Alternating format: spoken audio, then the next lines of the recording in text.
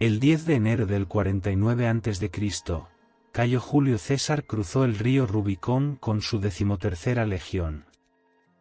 Siglos más tarde, el historiador Suetonio escribiría que al cruzar el río, César pronunció la frase en latín alea iacta est, que significa la suerte está echada, señalando un punto sin retorno. El Senado romano le había emitido una orden a César en el 50 a.C., instruyéndolo a dispersar sus legiones antes de llegar al Rubicón, el límite norte de Italia. Según la ley del Imperium de la República, los comandantes de legiones estaban obligados a disolver sus ejércitos antes de cruzar el Rubicón. Sin embargo, César era consciente de que esto era una maniobra política. Su rival político, Pompeyo, se estaba preparando para acusarlo de desobediencia y traición. Además, entrar a Roma sin sus poderes militares haría más fácil que lo procesaran y posiblemente ejecutaran. Por lo tanto, César decidió desafiar la orden del Senado, cruzando el Rubicón con su ejército, arrastrando inevitablemente a Roma a una era de guerras civiles interminables y sangrientas. Figuras militares de la República comenzaron a asumir roles políticos uno tras otro. César, oponiéndose a Pompeyo y llevando a cabo campañas militares que abarcaron desde España hasta Egipto, logró éxitos notables. Finalmente, en los primeros meses del 44 a.C., con la confianza de haber derrotado a todos sus rivales, César regresó a Roma y se declaró Dictator Perpetuus o dictador perpetuo. Sin embargo, a partir de ese momento, Roma se convirtió en un lugar más peligroso para César. El historiador Tito Livio identificó 3 eventos separados que allanaron el camino para su caída. El primero fue la humillación de senadores durante una ceremonia en el templo de Venus Genetrix, un incidente destacado también por los historiadores romanos Casio Dionisio y Suetonio. Durante la ceremonia, se planeaba otorgar nuevos títulos a César por sus logros. Sin embargo, César no solo dejó de ponerse de pie en honor a los senadores presentes, sino que también expresó que ya tenía suficiente con los títulos propuestos. Rechazar el regalo ofrecido por el Senado y menospreciar a sus miembros sin seguir la etiqueta adecuada dio la impresión de que César ya no consideraba importante al Senado. Otro evento señalado por Tito Livio ocurrió en enero del 44 a.C. En ese día, los representantes del pueblo Cayo Epidio Marulo y Lucio Flavo dieron un paseo por el foro. Al acercarse a las rostrales, el área de oratoria, notaron una corona de laurel en la cabeza de una estatua de César. Dada su simbología real y asociación con el dios Júpiter, los representantes ordenaron de inmediato quitar la corona de la cabeza de César. Aunque el incidente no fue perseguido extensivamente, los eventos de los días siguientes llevarían a un aumento de la agitación y el descontento vocal. César había aumentado significativamente su popularidad entre el pueblo durante las guerras gálicas y la guerra civil, convirtiéndose en una figura política querida. Sin embargo, este amor a veces se manifestaba en excesos no deseados. El 26 de enero, mientras César cabalgaba a lo largo de la Vía Apia, un pequeño grupo que lo saludaba estalló en cánticos de Rex, que significa rey. Ante esto, los representantes del pueblo Marulo y Flavio ordenaron su arresto, y unos días después, César, en el Senado, se aseguró de destituir a Marulo y Flavio de sus cargos, citando su oposición a él. Este ataque excesivo a los representantes del pueblo llevó finalmente a que César perdiera poder en el Senado. El tercer evento en la serie de eventos que llevaron a la caída de César ocurrió el 15 de febrero del 44 a.C., durante el festival del Lupercalie. El cónsul Marco Antonio, uno de los comandantes más valiosos de César, colocó una corona de laurel en la cabeza de César e incitó a los espectadores diciendo: «El pueblo romano te lo da». De repente, vítores y gritos estallaron entre la multitud. Mientras muchos aclamaban a César como rey, Algunos intentaban comprender los eventos con miradas ansiosas. Sin embargo, César calmadamente apartó la corona, declarando: «El rey de los romanos es solo Júpiter». No obstante, esta breve demostración perturbó más de un par de ojos que los observaban desde la multitud. La mecha del complot contra César se encendió la noche del 22 de febrero durante una reunión secreta entre el senador Casio Longinus y Marco Bruto. Al final de la reunión, ambos decidieron evitar que César se convirtiera en el rey de Roma a cualquier costo. Si era necesario, estaban dispuestos a matarlo personalmente, pero nunca permitirían que la república fuera destruida. Susurros de su plan resonaron rápidamente en los pasillos de Roma. Aunque solo se necesitaba una persona para matar a otra, Bruto creía que para que el asesinato de César fuera percibido como la legítima eliminación de un tirano, debía involucrar a numerosas personas. Estas personas debían ser figuras políticas o militares prominentes en Roma. Así, el asesinato se construyó sobre un delicado equilibrio. Los objetivos principales eran matar a César y reunir suficientes hombres para luchar contra sus seguidores. Sin embargo, los involucrados debían ser seleccionados cuidadosamente para evitar la exposición del complot.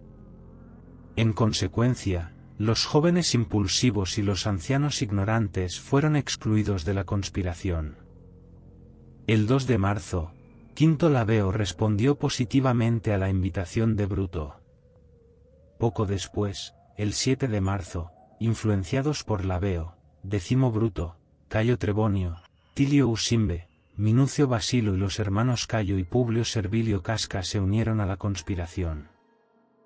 Algunos políticos que habían apoyado a Pompeyo durante la guerra civil y estaban alineados con César también comenzaron a unirse al complot.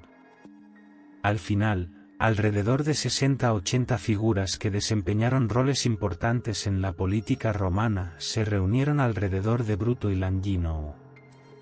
Los conspiradores celebraban sus reuniones con gran secreto, reuniéndose en pequeños grupos en las casas de cada uno para formular un plan y discutir cómo llevarlo a cabo.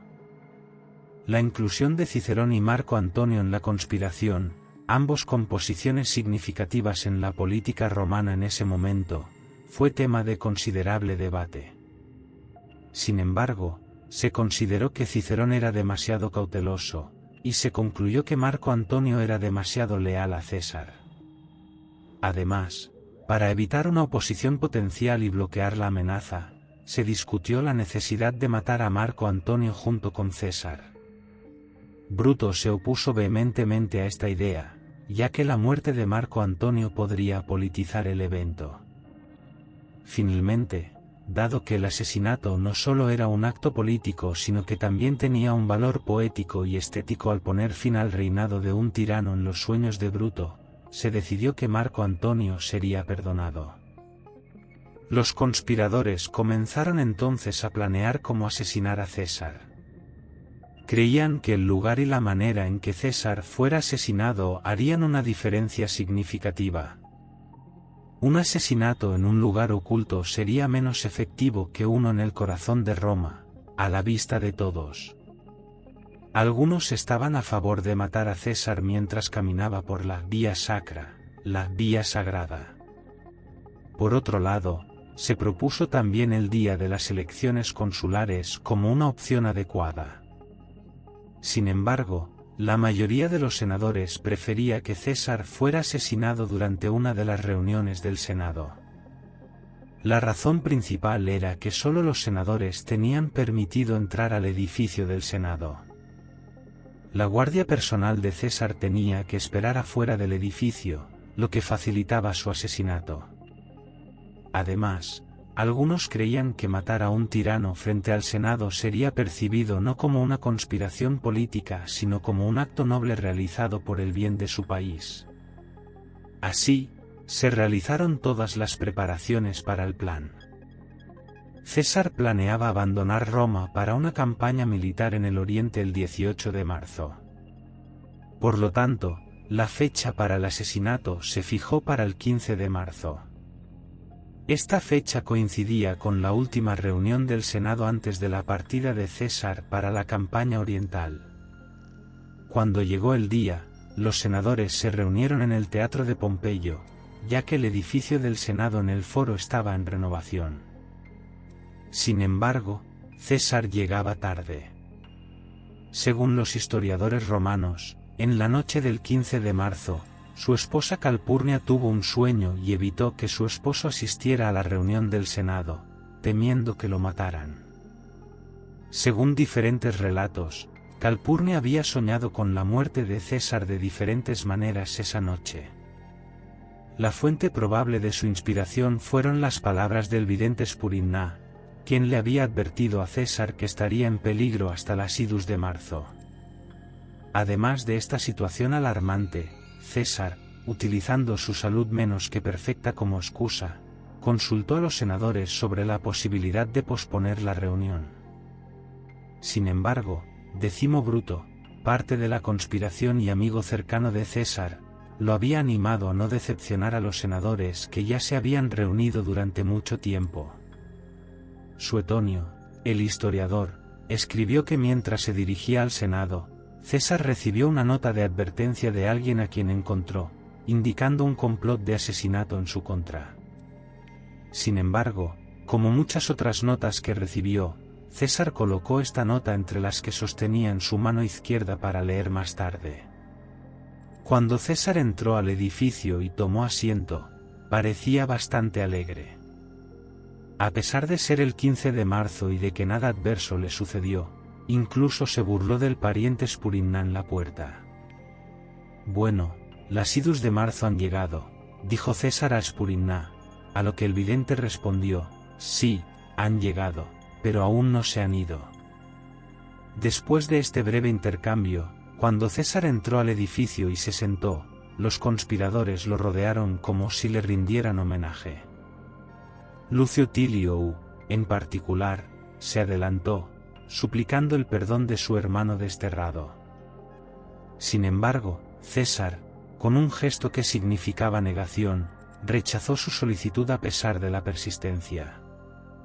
Sin embargo, Lucio continuó avanzando, agarrando la toga de César y tirándolo hacia él. Confundido por lo que estaba sucediendo, César exclamó: «Esto es violencia». Algunas cosas sucedieron rápidamente, y uno de los hermanos Casca, acercándose desde atrás, le propinó una puñalada justo debajo de la garganta. Según Plutarco, César se dio la vuelta y exclamó: «Casca, villano, ¿qué estás haciendo?». Casca, atemorizado, llamó a su hermano y desencadenó la acción de todos los conspiradores. Así, rodeando a César, lo apuñalaron varias veces en medio de las miradas horrorizadas de cientos. Si César intentó escapar, fue en vano, ya que una cortina de sangre cayó sobre sus ojos y se desplomó en el suelo. Sin embargo, los organizadores de la conspiración no tenían intención de detenerse.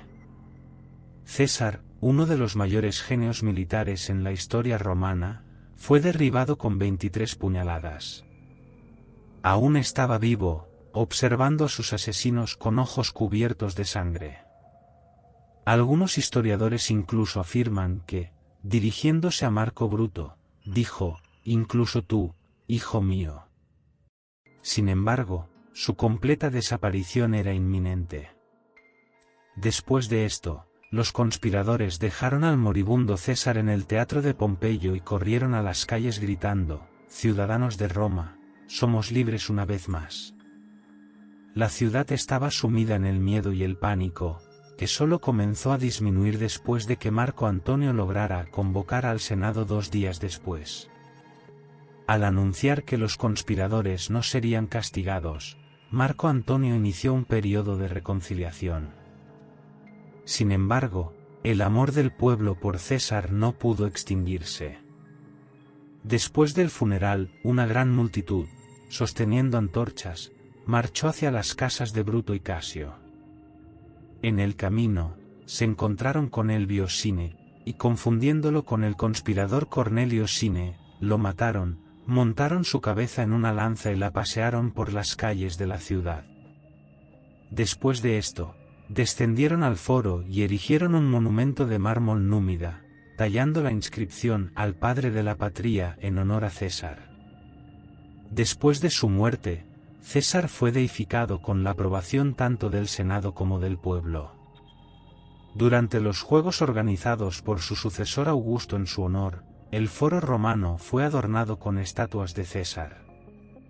Se construyó un muro alrededor del edificio donde fue asesinado, y se tomó la decisión de no convocar al Senado en la fecha del 15 de marzo nuevamente.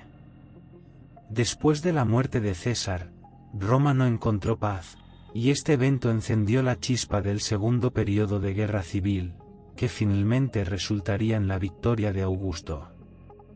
Aquellos que mataron a César no vivieron más de 3 años, y algunos se vieron obligados a cometer suicidio con los mismos puñales que usaron para matarlo. El 14 de febrero del 44 a.C., César se proclamó dictador de por vida. Vistiendo ropas púrpuras reales y sentado en un gran trono de oro, planeaba una importante campaña militar contra el este. Muchos creían que sería un nuevo Alejandro, y sus victorias superarían incluso las de Alejandro Magno. Sin embargo, la historia no lo permitió. Exactamente un mes después, el 15 de marzo, cuando Cayo Julio César entró en el teatro de Pompeyo, se desplomó en el suelo con 23 puñaladas desatadas por los implacables senadores que lo rodeaban. En un charco de sangre, a los pies de la estatua de su mayor enemigo, Pompeyo, exhaló su último aliento. Su muerte proporcionó cierto alivio a los republicanos, pero este alivio no sería suficiente para salvar a la República.